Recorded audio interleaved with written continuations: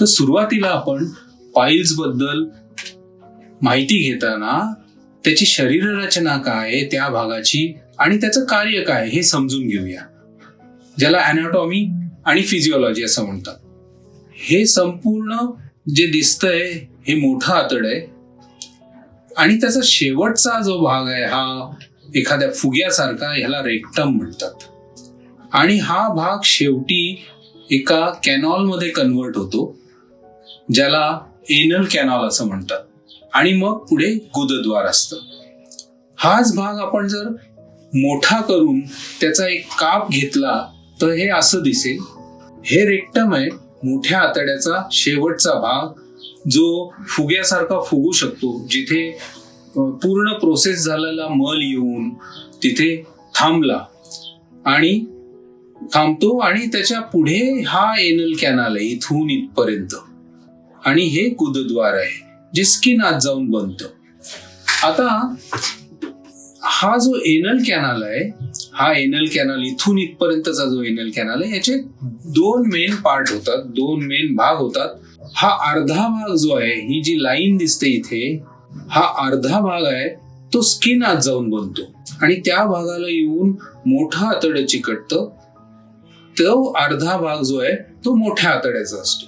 याचं महत्व असं आहे की या अर्ध्या भागाचे डिनर्वेशन आम्ही म्हणतो, म्हणजे त्या भागाला संवेदनेच्या नसा ज्या पुरवठा असतात त्या खूप असतात. त्यामुळे या भागात पेन ही किंवा दुखणं ही संवेदना जास्ती जाणवते. पण या भागाच्या वरती हे संवेदनेचे तंतू किंवा नर्व्ज ज्याला आम्ही म्हणतो ते बोथट असतात. त्यांना फक्त स्ट्रेच फिलिंग किंवा एखाद्या वेळेस एक्सपान्शनच फिलिंग फक्त कळतं. त्यामुळे कुठलंही ऑपरेशन याच्या वरती झालं तर त्या पेशंटला बरंचसं दुखणं कमी असतं. याच्याबद्दल आपण जेव्हा लेझर सर्जरी किंवा स्टेपलर सर्जरी पुढे डिस्कस करू त्यावेळेस हा संदर्भ आपण परत घेऊया. तर ही फार महत्वाची, हे जे असं अशी तिरकी जी लाईन दिसते एखाद्या दातांसारखी, त्याला डेंटेड लाईन म्हणतात. आणि ही लाईन असते ती संवेदनेचा स्किनचा भाग आणि आतड्याचा भाग हे सेपरेट करते. तर हा इथून इथपर्यंत हा एनल कॅनल असतो. या एनल कॅनलमध्ये काही मांसल अशा गाद्या असतात ज्याच्यात रक्तवाहिन्या असतात आणि स्नायू असतात. या गाद्यांना म्हणतात हिमोरॉइडल कुशन्स किंवा पाईल्स कुशन्स. ही जी गादी दिसते ती, या गाद्या जेव्हा या डेंटेड लाईनच्या वरती असतात त्यांना म्हणतात इंटरनल कुशन्स, किंवा तिथनं डेव्हलप होणाऱ्या ज्या पाईल्स असतात त्यांना इंटरनल पाईल्स म्हणतात. आणि अशाच गाद्या ह्या गुदद्वाराशी असतात त्यांना एक्सटर्नल पाईल्स असं म्हणतात. हा जिथे मल तयार होतो तो इथे येईपर्यंत त्याच्यातलं जवळजवळ सगळं पाणी शोषलं जातं आणि तो घट्ट होतो. आणि इथनं तो जो आला तर ते आतड थोडंसं स्ट्रेच होतं, तो भाग रेक्टमचा भाग स्ट्रेच होतो आणि स्ट्रेच झाल्यानंतर ती संवेदना इथनं मज्जारज्जूसाठी काही नर्व फायबर्स किंवा मज्जातंतू इथनं ते आपल्या स्पायनल कॉर्डमध्ये म्हणजे मज्जारज्जूमध्ये ती संवेदना घेऊन जातात. आणि मज्जारज्जू हा रिफ्लेक्स ऍक्शननी ऑर्डर सोडतो की आता आपल्याला जर जागा आणि वेळ सोयीस्कर असेल तर हा मल बाहेर काढायचा आहे. मग सगळं आतडं आकुंचन पावायला लागतं अगदी रेक्टमच्या एंड पर्यंत आणि तो मल उत्सर्जनाची प्रक्रिया चालू होते.